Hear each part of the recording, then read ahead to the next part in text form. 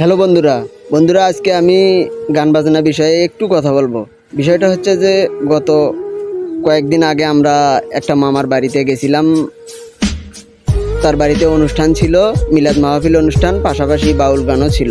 তো ওখানে যাওয়ার পথে কিছু তার বাড়ি থেকে কিছু দূর এগিয়ে এসে কয়েকজন জামাতের লোক তারা বসেছিল। বসে থাকার কারণে তারা আমাদেরকে ডাক দিয়ে বলতেছে যে বাবা তোমরা ঢোল নিয়ে কোনটে যাচ্ছেন?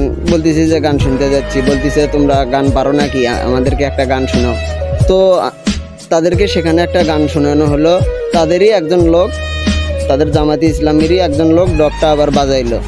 তাদেরকে একটা গান শোনানোর পর তারা বলতেছে যে গান বাজনা এগুলো হারাম, এগুলো ঠিক নয়, গান শোনা যাবে না।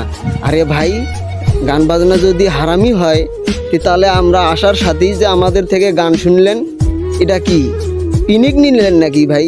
বুঝলাম না। এই যে এই রকম পিনিক সবাই নেয়।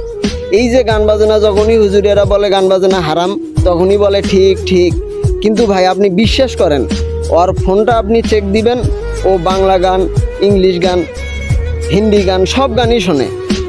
খালি এদের সমস্যা শুধু এই বাউল গান, এই সব চলবে, কিন্তু খালি সব গান চলবে, কোনো সমস্যা নেই। খালি এই ঢোল বাজান না, এই ঢোলের দোষ। কারণ এই ঢোলালা সত্য কথা বলবে। আর ভাই যারা বাজে মন্তব্য করেন, আমিও ভাই অন্যায়ের বিরুদ্ধে, আমিও অন্যায়কারীকে প্রশ্রয় দেই না, ঠিক আছে? তো আপনারা এই বিষয়টা আসলে বুঝবেন যে কি, বুঝলাম না, তারা পিনিং নিল নাকি প্রথমে?